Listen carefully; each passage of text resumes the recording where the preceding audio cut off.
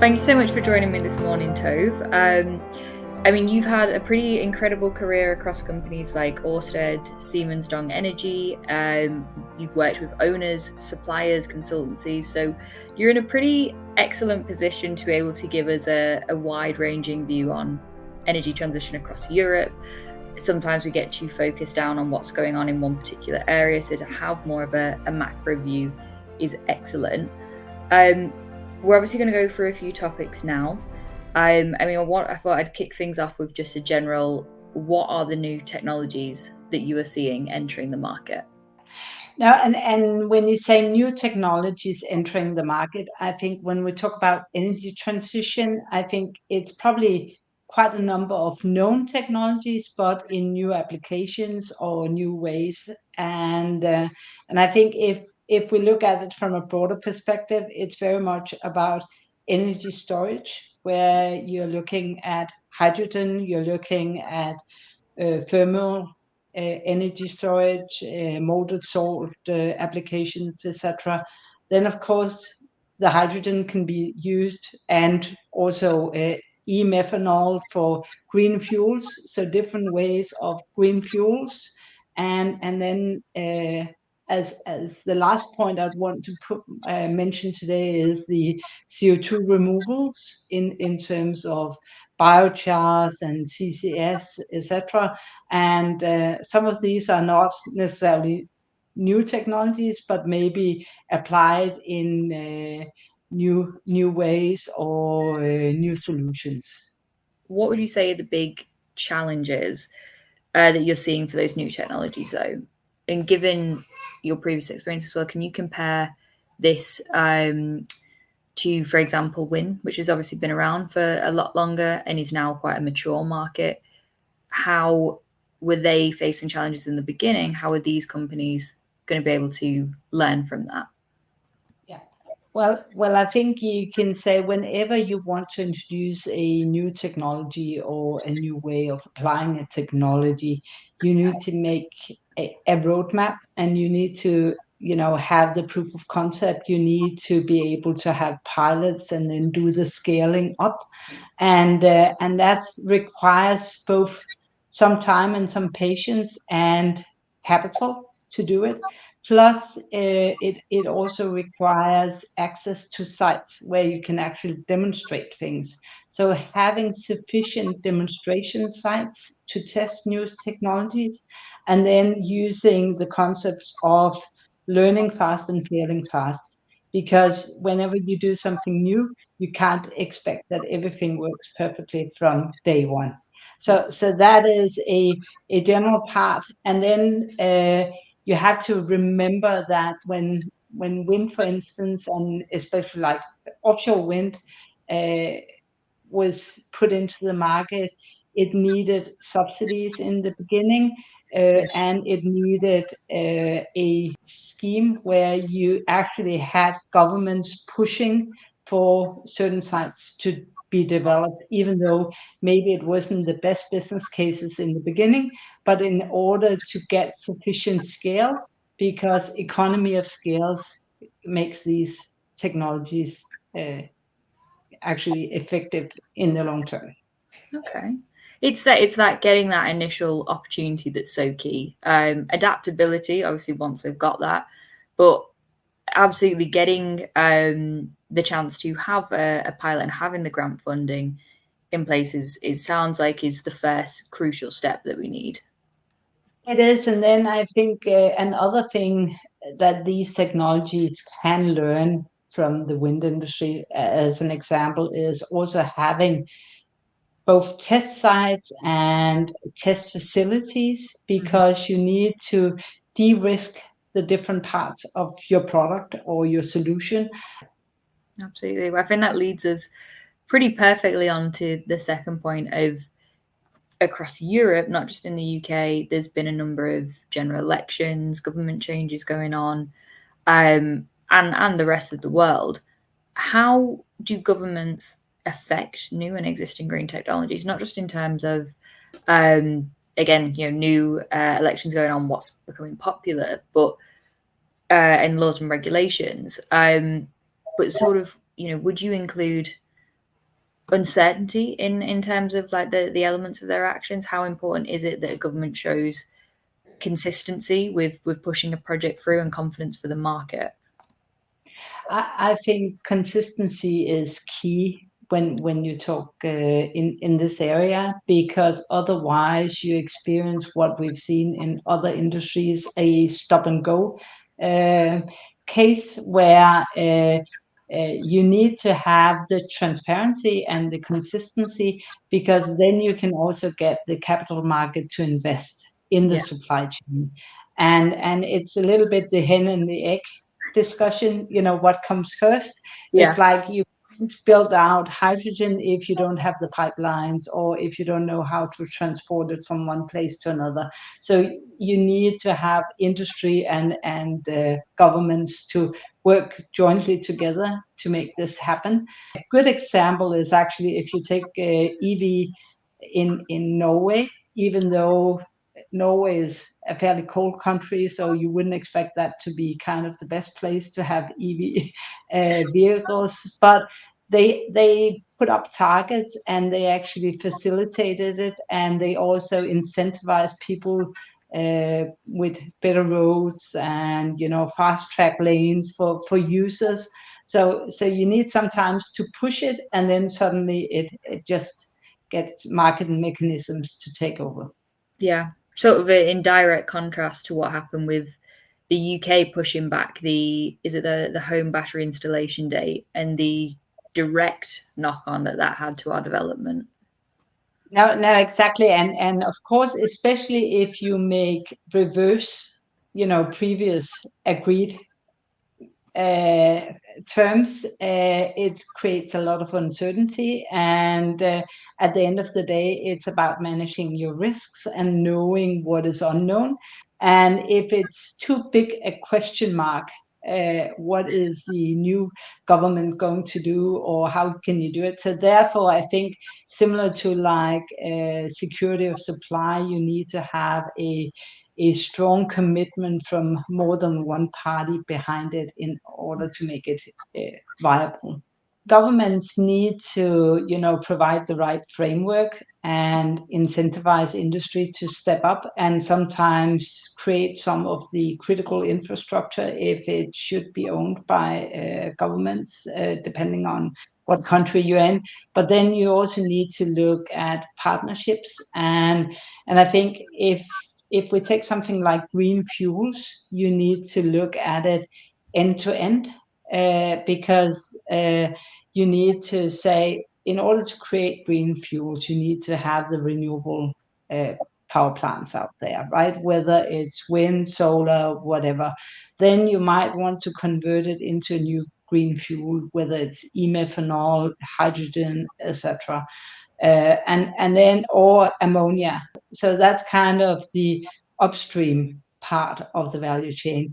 Then you have the people who produce it into the fuel, and then you need to have the downstream, so the off-takers, and that could be like the shipping companies who need to use the fuel. So you can't look at it isolated. And a good example of where partnerships, when it comes to green fuel, is this First Mover Coalition that was actually initiated by John Kerry originally as one of his first actions. And I think that's a very strong example where you do see various big companies stepping ahead, even though not all the frameworks are in place, but they see it as part of their own transitioning towards net zero. Okay, so they've got the motivation there to do that anyway, but also there's so many. It sounds like compatible companies that can create synergies. And again, coming back to the point you made earlier about it's really important that they get to that stage where there is economies of scale and it is a working business model. It is, and it's and if you take, why do you want to have green fuels? We all know the decarbonization story and why it's important, and economy of scale. But at the end of the day, you also see some of the product factories like Nike and etc. saying, if we want to have a sustainable product. We can't really, sell it on traditional fuel from China to the US, right? So you need to build a broader storyline and look at all the different elements of the story. And I think that you can only do if you talk more about partnerships and more how you can build a bigger cake, and then it's better for everyone, instead of, in order to get economy of scale, you need not one company to be successful, but you need a whole range of companies to be successful. And in order to deliver on the energy transition, it's also a matter of numerous technologies. It's not one technology can't do it by itself. Yeah, of course. That the holistic offer and the suite of technologies that all fit and complement each other. That's where we need to get to. Exactly. Okay, definitely. Well, I mean, obviously, coming back to more of the government angle, because it is still such a huge determinant of how the market is going to affect, how the market is going to play out. And how could we lead from the front in terms of rules and regulations across Europe? What's going to be sort of one of the key things that a government can do from that side within their power to change it? Well, I think we've taken some good steps when it comes to the Green Deal and getting alignment, because CO2 doesn't know country barriers, right? So you need to look at it again more holistically. Then, of course, in general, I think a lot of the industry and industry associations would prefer not to have it subsidized. But in reality, we're also facing a world where we need to make sure that we can compete on same terms. So if you have big subsidies in China from governments, if you have the IR in the US, so it's a little bit, is it the carrot or the stick? And I think there we need in Europe to step up a little bit and saying we have been on the forefront in many years. We have shown it in numerous technologies. But also because we actually dare to take the right decisions. And whether it's subsidies or whether it's actually carbon taxation, it's kind of two sides of the same coin, just treating differently. Sometimes taxations might actually work more beneficial, because then the people who are not necessarily going to change also see the benefit in changing. Absolutely. We need to be doing the two in tandem. Here's the benefit of it, but also, it's sort of the kick that some people might need to make the change as well. And then, of course, it's also about local content. It's about where do you have production, and there I think both first during the pandemic and later during war times, security of supply has become very evident. And now energy supply is also security politics. So you need to look at it with a broader lens and saying, should we be self-sufficient, and how can we do that? And maybe from a technology point of view, we would like actually to remove all boundaries, but from a commercial point of view and security point of view, we need to make sure we make the right choices. Absolutely. It kind of comes back to the energy trilemma. Each country wants to be independent and have their energy secured. They want to move towards being more green, but they also need it to be affordable for everyone. And it's always sort of balancing those three off each other, when realistically, you can look to do all three at the same time. They link together so perfectly. There's so much. Well, again, there's so many synergies between the three of them. I mean, in your opinion, what is going to make the biggest change for continuing to advance these technologies? Well, I think it's making sure that you get industry and governments to speak the same language, start delivering on the targets. It's, you've never had as many targets as we have, but you also need to go out and do the proofing. So similar to when we started this discussion, we talked about you need to do a pilot, then you can scale it up, etc. So you need to have some success stories and then build on those and keep bringing it across. And then I think during the energy crisis we recently had, and where prices came up, you also got the consumers to take their share of it. So suddenly you got people to change behavior, but there needs to be some in it for them as well, right? So if you have flexible prices, so shifting, consumption to hours where it's not as expensive, and let the consumers then benefit from a changed behavior, and remember that it's not done overnight. It is a long way, but then also remember to show how you're moving along. Okay, definitely. And it's quite hard for, I think, consumers to change old habits. This is why we often consider EVs sort of the tipping point, because that's when they've got something very real. It's there in front of them. They're very aware that they've got essentially a huge battery that they can fill it with energy and take energy out of. Whereas I think smart meters was the first step, but it maybe didn't change the sort of long-term permanent habits. I mean, why is having a framework in place, and that we know why commitment from the industry is so important, but having that sort of framework in place for looking at the steps, what's the key area of importance for that? Well, I think it's because industry, would know that they can make this viable business, right? But they need the long-term commitment, and having the framework and not something that changes all the time.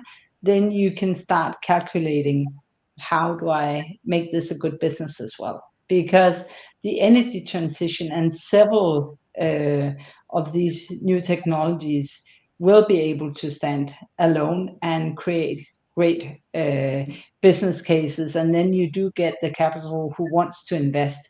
At the moment, if the biggest uncertainty is whether you get permit to build your plant, then you can't attract investors. Then you can't make all the deals with your joint venture partners, etc. Right? So that's on that side. And then on the consumer side, if you change, well, now EV is,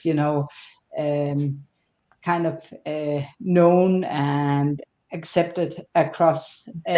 But in the beginning, people were, oh, can I actually charge it? What if I have to go long term, etc. Right? So sometimes it's, where do you get the tipping points? And when it comes to smart meters, at least in Denmark where I live, we saw a significant drop both in energy consumption. I think it was like 15% less energy.